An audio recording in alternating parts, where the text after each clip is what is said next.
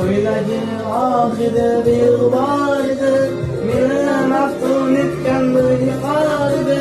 17 yosh qizning hidi bor edi, bu olis 18 yoshimda edi. Bu olis 18 yoshimda edi.